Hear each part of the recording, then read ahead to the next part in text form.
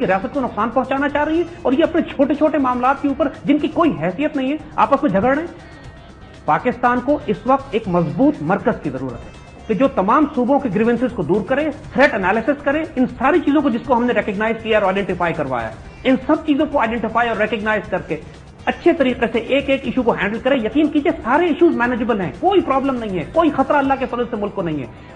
بہت ساری چیزیں صرف آرکسٹریٹڈ ہیں، اس بڑے CIA کھیل کا حصہ ہے یہ کہ پاکستان میں فوڈ کرائسس، انرجی کرائسس یہ کریٹ کیے جائیں۔ ان کے ایسٹس اب طاقتور جگہوں پہ بیٹھے ہوئے ہیں۔ پاکستان کو اس وقت جو اسٹریٹجک پوسٹ پہ لوگ بیٹھے ہوئے ہیں اس میں خاصے لوگ ان الیکٹڈ ہیں۔ جو کرائسس کریٹ کیے جا رہے ہیں فوڈ کے یا انرجی کے کرائسس، اس کا مطلب ہے یہ اصل میں ان کی کوئی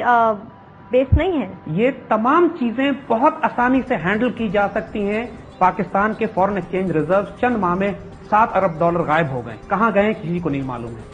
یہ پلیز ٹرائی ٹو انڈرسٹینڈ، خطرات اتنے بڑے نہیں ہیں، ایک سائیکولوجیکل وارفیئر کی جا رہی ہے، ایک میڈیا ٹیررزم بھی ہے۔ یہ تصور دیا جا رہا ہے کہ پشاور فال ہونے والا ہے، کبھی کہتے ہیں کہ کراچی پہ جناب طالبان قبضہ کرنے والے ہیں، کبھی کہتے ہیں کہ جناب بلوچستان ہاتھ سے نکلنے والا ہے، کبھی کہتے ہیں کہ جی پاکستان کے ایٹمی ہتھیار جو ہیں وہ دشمن کے دہشت گردوں کے ہاتھ میں۔ یہ سب میڈیا ٹیررزم ہے، یہ سب دہشت گردی ہے جو سائیکولوجیکل وارفیئر کی جاتی ہے، پرسپشن وارفیئر کی جا رہی ہے قوم کو ڈیمورلائز کرنے کے لیے، اور وہ اس میں کامیاب بھی ہوئے ہیں۔ ان ریالٹی ہم صاف بتا رہے ہیں، اللہ کے فضل سے کوئی فیڈریشن کو تھریٹ نہیں ہے، پرابلمز موجود ہیں، قوموں کی تاریخ میں ایسے واقعات آتے ہیں، اس کو ہینڈل کرنا ہوتا ہے، ان کو فیس کرنا ہوتا ہے۔ ابھی تک دشمن اتنا طاقتور نہیں ہے کہ پاکستان کی فیڈریشن کو توڑ کے الگ کر دے۔ 1968 اور 71 کے کرائسس سمجھیے، صرف ایک صدر کی دشمنی میں دشمنوں کا ساتھ مت دیجیے، کہ دشمنوں کا گیم پلان مت فالو اپ کیجیے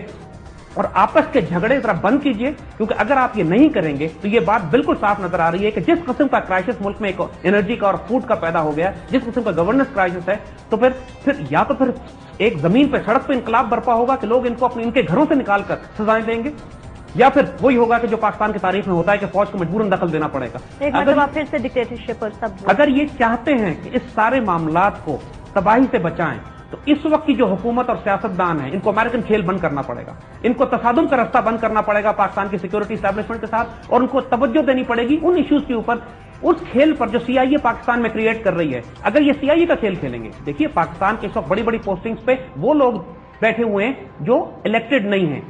جو لٹرلی واشنگٹن سے بھیجے گئے ہیں پاکستان کی اہم جگہوں پہ بیٹھ کر پاکستان کی پالیسیز بنانے کے لیے، اور نہ انہوں نے اوتھ لیا نہ وہ کسی کے آگے جواب دیں، اور وہ CIA پلانٹڈ ایسٹس ہیں۔ ہمیں نام لینے کی ضرورت نہیں ہے، آس پاس دیکھیے آپ خود پہچان لیں گے انہیں، لیکن اللہ کے فضل سے کوئی خطرات ابھی ایسے نہیں ہیں، کیونکہ ابھی تک فوج مستحکم ہے، فیڈریشن اپنی جگہ پہ موجود ہے،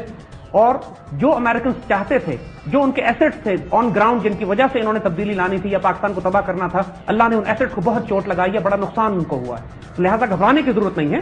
دعا بھی کیجیے، بد دعا بھی کیجیے۔ وہ لوگ جو پاکستان کے خلاف کام کر رہے ہیں ان کے لیے بد دعا بھی کیجیے، اور پاکستان کی سلامتی کے لیے دعا کیجیے۔ اللہ کے فضل سے کوئی حالات ایسے برے نہیں ہیں، مایوس ہونے کی ضرورت نہیں ہے۔ آج ہم نے سارا کھیل کھول کے رکھ دیا ان کا سامنے،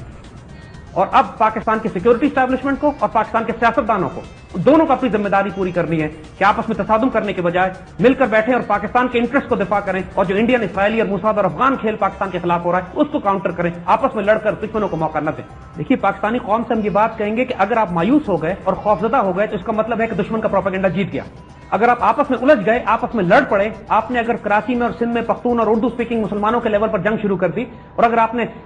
پاکستان کے اندر شک کرنا شروع کر دیا کہ پاکستان کی ریاست ٹوٹ رہی ہے اور پاکستان کی ریاست الگ ہونے والی ہے اور یہ پاکستان رہنے کی جگہ نہیں ہے، تو اس کا مطلب ہے کہ دشمنوں کا پروپیگنڈا جیت گیا۔ دیکھیے ہمارا ایک ہی گھر ہے، دس از دا پلیس جہاں ہم پیدا ہوئے ہیں، جہاں ہم نے رہنا، جہاں ہم نے مرنا، اور ہمارے بچوں کا بھی یہی گھر ہے۔ اس ملک کے لیے ہم لڑیں گے بھی، اور اس ملک کے لیے ہم ہر طرح سے اسٹینڈ بھی لیں گے اور ہر قربانی بھی دیں گے۔ لہذا یہ وقت آزمائش کا ہے، امید رکھیں اس پاکستان کے ساتھ، حوصلہ رکھیے، یونائٹڈ رہیے، دشمن کے کھیل کو سمجھیے اور دیکھیے، آپس میں متحد رہیے، اور جو کنٹریبیوشن آپ اس ملک کے ساتھ کر سکتے ہیں، آپ تاجر ہیں تو پوری طرح تجارت میں کام کیجیے، اگر آپ کوئی سروسز دے رہے ہیں تو پوری طرح اپنا کام کیجیے اپنی سنسیئرٹی کے ساتھ، تاکہ دشمن جو ہماری سوشل اور سیوک لائف کو تباہ کرنا چاہتا ہے وہ اس میں ناکام ہو۔ اور حوصلہ رکھیے اور ایک دوسرے کو بھی حوصلہ دیجیے، کیونکہ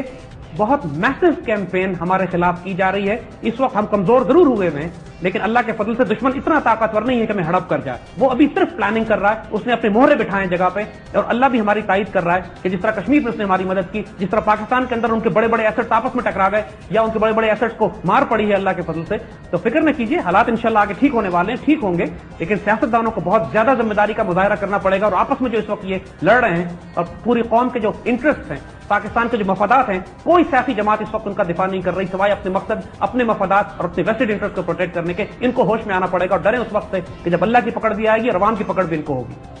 لیکن اگر ہم مایوس ہو گئے تو پھر دشمن کامیاب ہو جائے گا. انشاءاللہ ہمارے ہاتھ سے خیر ہوگی انشاءاللہ. بالکل.